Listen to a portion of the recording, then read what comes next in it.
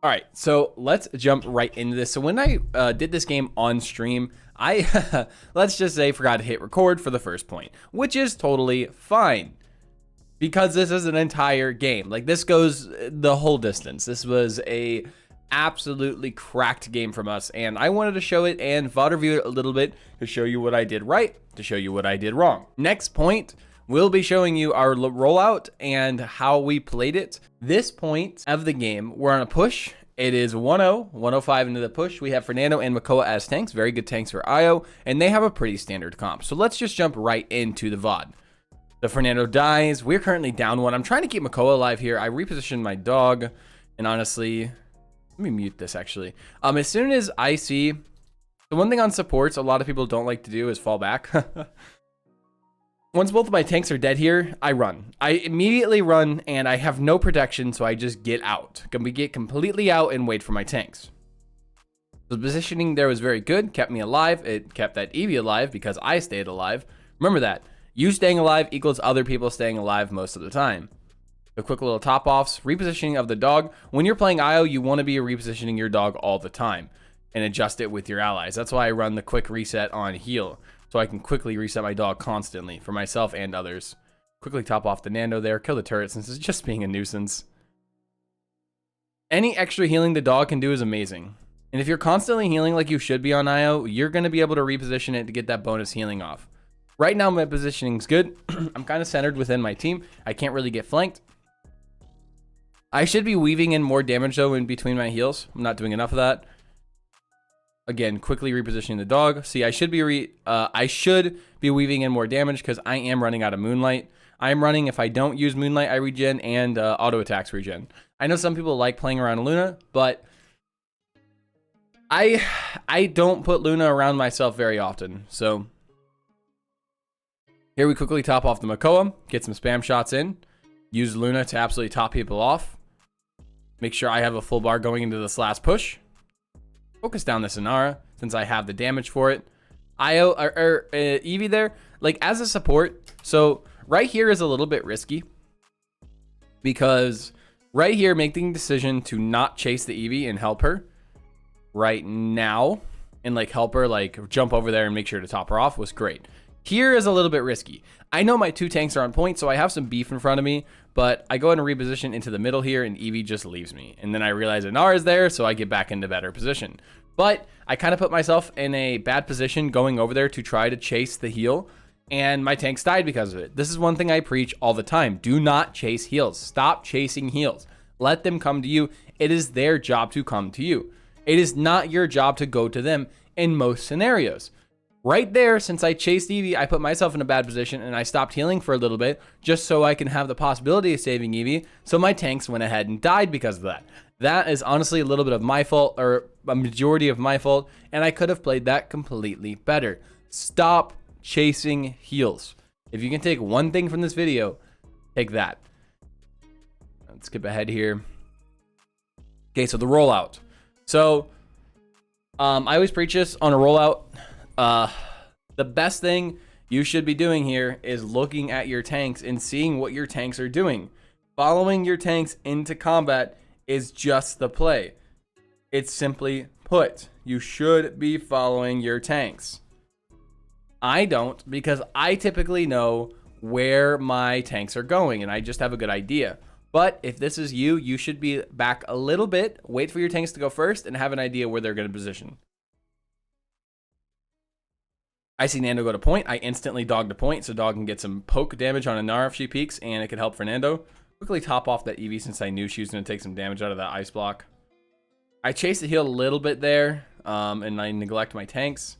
Makoa has to ult, and Fernando has ulti, so I can do that on these point fights. I can focus on my DPS healing because I know my tanks have second life ults, like Fernando and Makoa. Sha, I can't really decide where he's going, and I don't think he can decide where he's going. There, because of Cauterize, I just decide to I just decide to go ahead and do damage rather than full healing him, or full healing our Sha. There with the Inara, also we're in a really good position here playing this corner. We tried to do some IO tech on her. It worked decently, but I wasn't looking all the way down, so she wasn't super slow. Our dog died, so we have to know we don't have that extra healing. I know for a fact. Okay, Eevee. I hate when that happens. Like, just peek me. I will save you. Right there, it was perfect to heal the Eevee and caught. There was no reason not to. Right here, I'm positioned really aggressively since I know nobody can really kill me currently. We heard the dragon come off. We're slowly bringing it back. Hopefully, we can kill the dragon. But honestly, I know at this point that we're not going to, and the dragon's going to win in the fight. But that play right there made me realize that I need Bulldozer as my last item. And Bulldozer should be on a couple of our allies here. I don't know if it was or not, but here I just take the duel against the Cassie. I almost won it. I was very close to winning it. I missed the last shot and she got around the corner. But you have to remember that with Io, especially if you're running the health build on Io, which you should be, you can take a lot of duels. You output a lot more damage than you think, and you are far tankier than you think, because if you play around Luna correctly, you just don't die. Okay, we're in a good position here on the right side. This is a great position to be on the push, or the defense, I should say. Really, as any support. Specifically as Io, this is nice. Fernando dies, so I immediately start kiting back and play around my Makoa. I see the Eevee get low there. Exactly. So right there, we're waiting for Shaw to get out of caught. We could have spent a little bit of Moonlight to try to heal him, but we're min-maxing our Moonlight here. And that's going to honestly get you more healing in the long run, saving. As long as you're not capping on your Moonlight, then you're doing fine. You shouldn't really ever be capping on your Moonlight unless your teammates are really just not taking damage. I put Luna in a good spot there. Make sure it doesn't take any poke damage so I don't have to heal it up. Heal the Fernando around the corner there. And let Shaw heal on his own. I could have just healed him there, honestly. That would have been free credits. We position up here. Again, with Io, you're just kind of staying within your team. You're not being too far back. You're not being too far up. I'm constantly knowing where both of my tanks are, too. Okay, I start kiting back here. I should have moved Luna right now. There we go. I throw it over there. It's a good fallback position. Makoa is playing very aggressive here. Aggressive. Honestly, he should not be that far up. And like, I'm trying to put some damage out because I can't heal him through this level of caught. We're at like 85% at this point. We're going on to 90. So I know the damage right there is just better than healing. And it kind of forced them back more. Good Luna reposition here. If I had a little bit of range, I could have reached both the tanks. Right now, nobody's getting out of caught, so I'm just outputting some damage and waiting for people to get out. The wall there kind of screwed me over. I didn't actually see the wall there because the death markers, they are a blessing and a curse, the death markers, but there it kind of hurt us. But the ult wasn't bad. It just kept people distracted for an extra second. Nice hook, Makoa. Amazing hook. So repositioning here on the defense as a support, this is your home over here. You want to play around these stairs the entire time. These stairs are your lifeline, and you need to use them as such. It is a great, let's just say it is a great tool to keep yourself alive since it's good line of sight, and you can go on top of them to get better line of sight, and you can use them so the enemies can't see you. Typically on this defense, enemies like to position over here. So these stairs block that off. And if they decide to walk across this platform over to you, they are open to your entire team shooting them. So again, very good position here. Be using that rollout, same thing. Should be following my tanks, but I don't. I just have confidence in like my own play, and I know what people are gonna do. Again, I wait for Fernando to get out of caught. As soon as he puts up the shield, I look to get the heal on him. I know Makoa has ulti, but we want to keep him alive. As soon as he's out of caught, we give him the quick top off. Right now, we're kind of just shooting shields. Now we have Bulldozer 3. This should make this point fight a little bit easier, but again, Cassie's diving, which she is half. Really good damage on our part. Really, really good damage. Right there, we get more poke. Finish her off. I'm playing a little bit aggressive here, but that's okay. Use my dash to try to save the EV, but it could have been possible, but we didn't get there in time. Again, aggressive positioning, but we know that Cassie's on respawn and Monty's left. There's no reason for us to not be playing up. We have the information at hand. This is a risky chase. I know that Cassie's on respawn and the Amani's still alive, but it was worth it. Shaolin dying there is unfortunate, but I don't think I could have saved him. All I tried to do is get in Inara's face, eat the damage, because there was no really healing up Shaw and cauterize 3 at that point. I know Barrick's coming to point. Again, I'm positioned here on the left side because my entire team's here on the left. I know Eevee, Makoa. I have that information. So I'm with the majority of my team right now. If they want to flank me, they have to go through my team, or they just have to go completely right, and then I can fall back to my team. So positioning really is just all about where your team is as a support and positioning like in the center of the majority of your team, with a little bit of space put in between us. Good wall there from Inara. Unfortunate. I was going to try to push her off. Maybe I heal that shot a little bit sooner, but we ended up getting the trade, which is fine. Then we just snowball this from here. Top of Nicole, really good heal there. Again, with tanks, like healing them, like with these with these shield tanks, healing them out of cauterize is such a big deal. There, Fernando was a little bit in trouble, and I thought he might die in caught, so I just put the heal on him just in case. If you think they are in caught and they are going to die, just healing them is fine. I encourage that. But if you know they're safe, and you know they're not going to die, and you know they're going to get out of caught, then you go ahead and use the heal in caught. Or out of caught, I should say. You should wait. Here, we're getting a lot of healing value because our team's just stacked up. Now I'm out of Moonlight, which is unfortunate. We're farming up some here.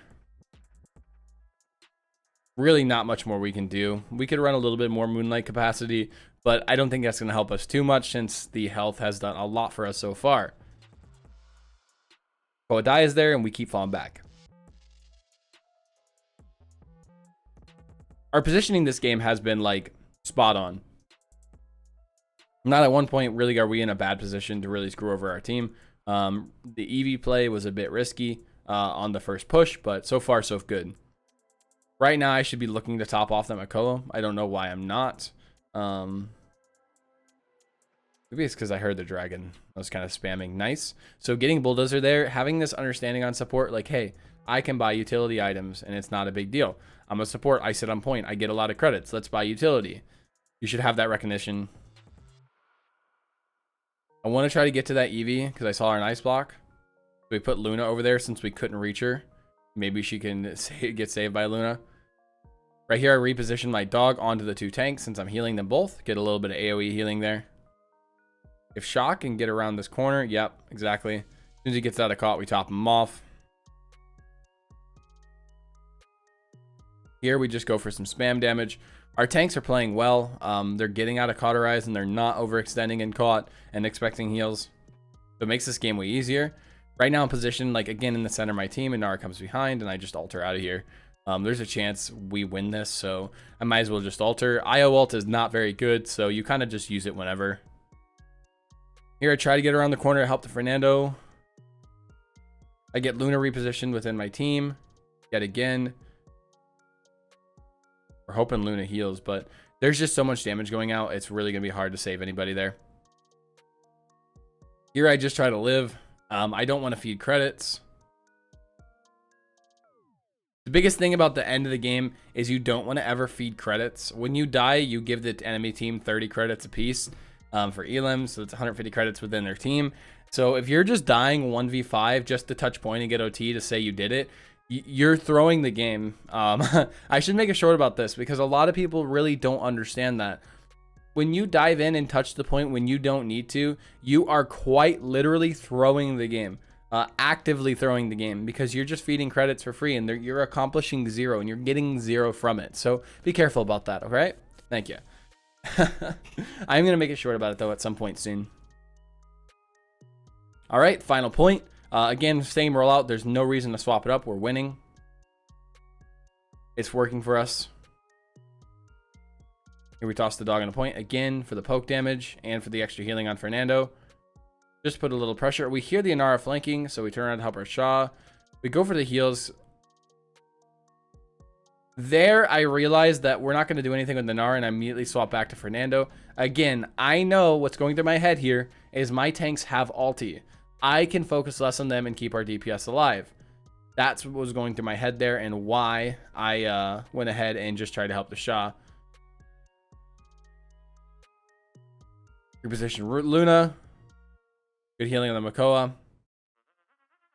Now I want to put Luna in a safe spot so it can heal.